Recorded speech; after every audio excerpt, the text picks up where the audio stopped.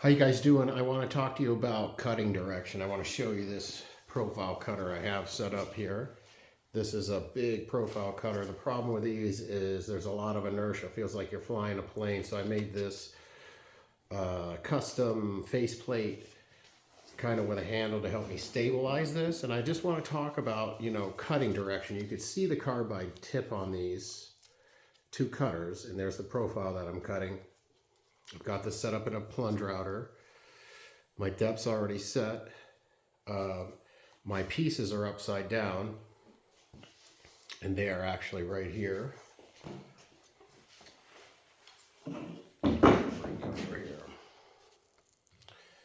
So I have my two extension leaf tops for this dining table that I'm working on, and I'm going to cut a profile, this profile in the bottom. And it's really important to understand the cutting direction. So when I turn this machine on, the bit's going to be rotating like this. If I show you like this, you see the arrows? It even has an arrow on the plate for a reason. That's showing you the cutting direction. Now, that's important because you want to cut in the correct direction. So if my router bit is cutting like this and my carbide tip is going to hit the material first, if I go from left to right, that's called a regular cut. In general, you want to always try to do that. If I go from right to left, that's called a climb cut. And on a bit like this, or really any router bit, the tendency is for the router bit to run.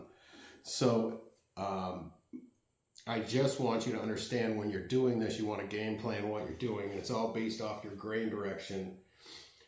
So part of this long piece here that I have to route, the game plan is to do the ends first, and to stop the tear out, I have a piece just clamped on with these bar clamps.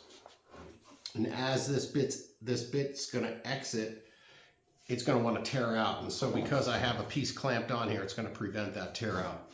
I'll show you that here in just a second. I'll bring you right down here. I'm not going to run it now. I just want to talk to you about how I game plan this. And I'm going to encourage you guys to game plan the same. And it's all based off of my grain direction. So a regular cut is left to right, but on this piece, the grain's running up. What I'm going to have to do is climb cut part of this piece because the grain runs that way. And so one thing you could do is nibble that away until you get down, and then it's much more manageable. But right here on these corners, and I'm going to do this first, but you want the router bit to start left. If I'm standing here holding the router, left to right. So the bearing under here is going to contact the bottom edge. And it's a lot of material to remove at once. So what I'll do is take light cuts. So my cuts will be something like this. I'll hear the material and I'll cut and I'll come back and I'll cut a little more and a little more until I get down to the bearing. And then what I'll do is I'll turn the corner. I'll come up here and I'll route until I get this edge perfect. Then I'll climb cut that way. Maybe even before I climb cut that way, it really doesn't matter. But I'm going to attack the edges. And so instead of climb cutting, normally if I didn't have this piece glued on, and I'll take you down here and show you real quick.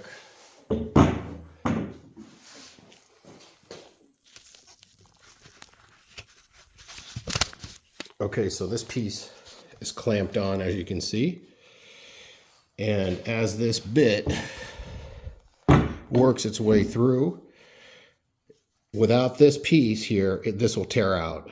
And this is the seam. You see I have no. There's no profile under this. This is two extension leaf tops. Okay, they're flipped upside down. And this is the router profile I'm about to route on here. So my game plan is to go route my edge first, flip this setup around, route my other edge second, and then route this long edge third. And like I'm saying, I can't do a regular cut here because of this grain.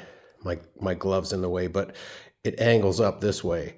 So I can probably regular cut this lightly, but I'm going to get tear out if I do that. if I go from right to left, I'll get tear out in here. So I'm going to go climb cut this piece, but I'll probably do that after I've done the ends. And so I'll set you back up and I'll turn this on for a second. I'm not going to route it. I'm going to make a second video here real quick.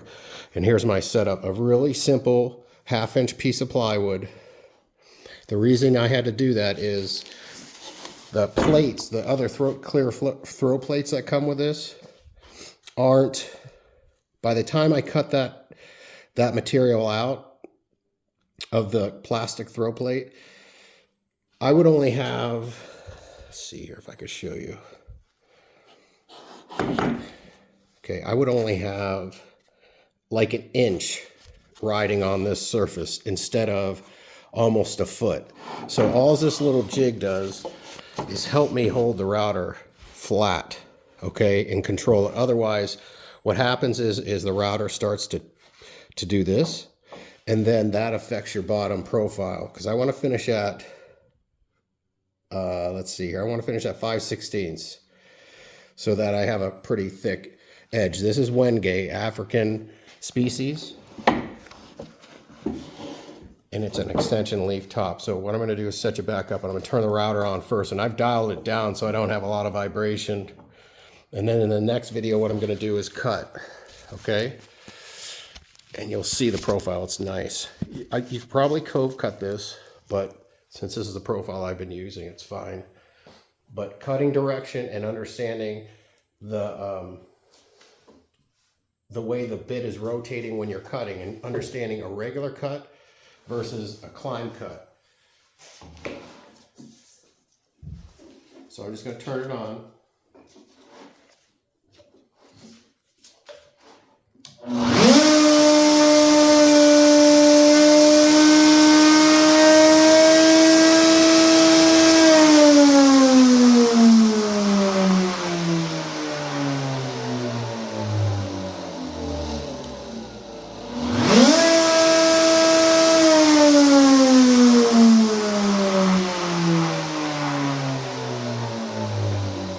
Okay, to give you an idea. Now, I will tell you, when you run a large bit like this, it's very hard to control. As soon as you start moving, you feel like you're almost, flying a helicopter. But this is going to give me a lot of control, and I'm just going to come in and nibble this material away. And I'm not going to get any tear out because I have this piece clamped on, and it's just understanding cutting direction and planning out, or game planning how you're going to move with the router when you're cutting your material. Now, the last thing I'll tell everybody is to use your ears. If you hear a chipping or shredding sound, you probably tear out. So if you follow the basic cutting direction of your router bit and the grain direction, you won't have any tear out. So the next video, I'll show all this. Have a good day, you guys. Okay, we're back. Now I'm gonna route this corner first.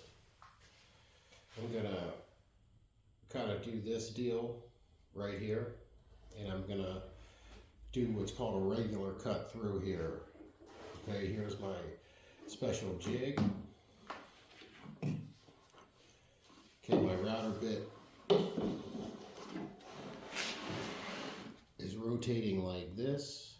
So if I go from left to right, that's called a regular cut, and I have a backup piece right here. I'm just gonna go right through here until I get the bearing past the edge of this piece just a little bit. Okay, then I'll get set up over here with the camera, and I'm going to go long ways down this profile, and I'll finish with the other edge last. I won't talk. I have my respirator on. You have to wear safety glasses. And also, when you're setting these bits, when you set them in, you pull them up from the bottom of the router bit just by like a 1/16 of an inch, so they're not damaging the bottom of the router. This is a big bit, so you have to be very careful and safe in terms of how you're running it. And it's going to want to run harder than a normal bit because when you climb cut, because of the size of it. So you're going to want to take very light cuts. You'll see I'll take very light cuts at first until I get the bearing onto the edge. And what I'm going to be left with is 5/16 of an inch and this nice flat cove profile that this router bit creates. It's tightened correctly and set in the router bit at the right depth.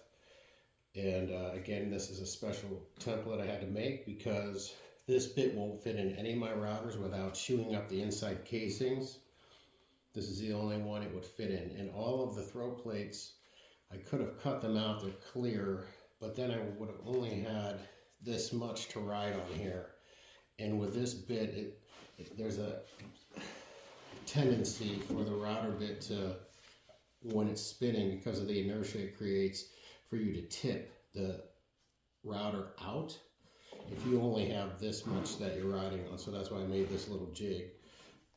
Very simple and quick to make. Okay, so here we go. Let me get my respirator on. I'm gonna run it.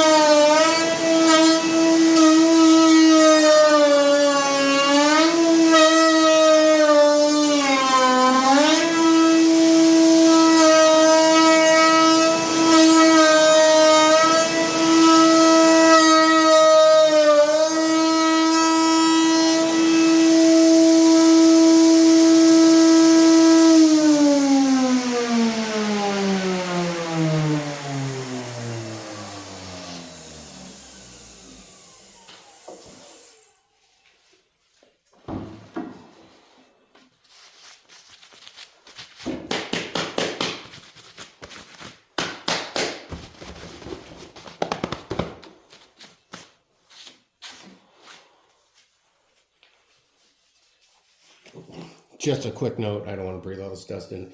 I have to climb cut this. That's why it's so slow.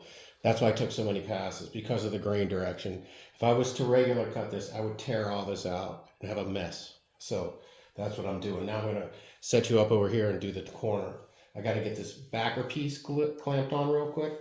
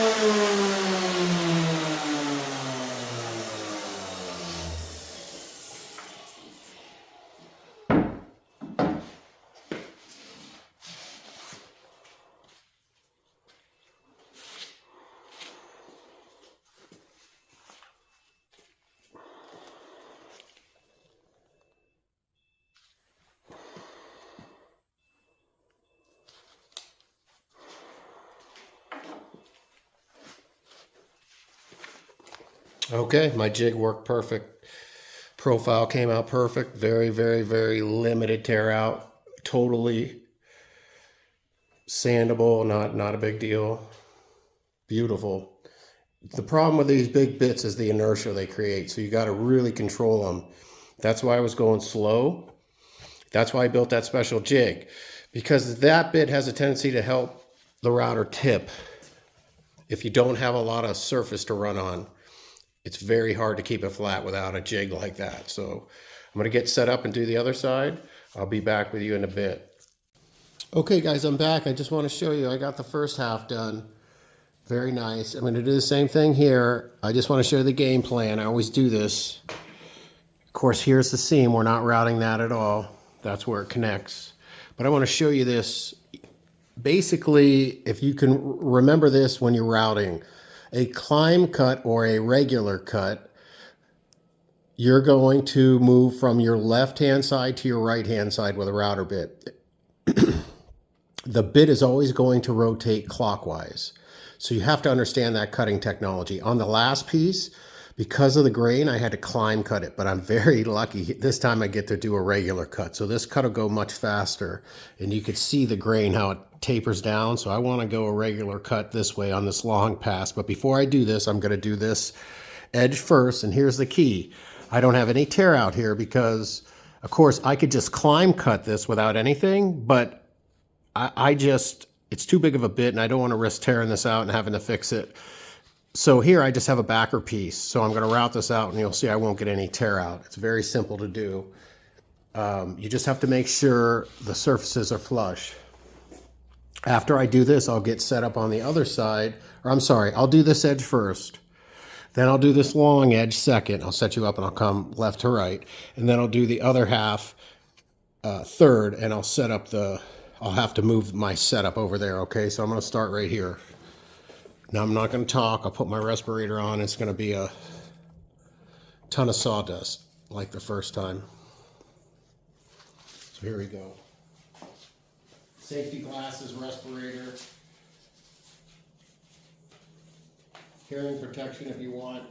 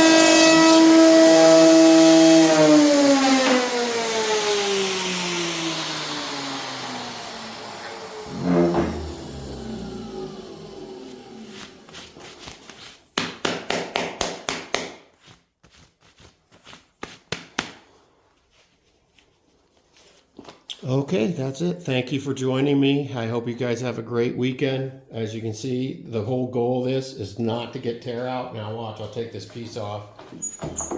And look, perfectly preserved, no tear out. Just hope you come out of this just understanding cutting direction and coming up with a basic game plan if you're going to do this. Now, before I leave you, the only reason I wouldn't put this in a router table is I couldn't handle the parts. I didn't feel comfortable enough to handle the parts in terms of the outfeed table setup that I have. So I made a jig for this. Any bit bigger than this, I won't do it by hand. This is about my max. Just so you guys know. Have a great weekend. Thank you for joining me. I just want to show you guys the final result, and I was just trying to show you here, absolutely no tear out. As you can see, there's the two seams. It's kind of hard to see, when I'm routing it, and I didn't show it with the two pieces closed, and I'll back off here. A little bit of burn, but custom scraper, custom sander, I'll sand that out, and it's not really good, no tear out. Okay, this is obviously upside down, and there's a backup view of it.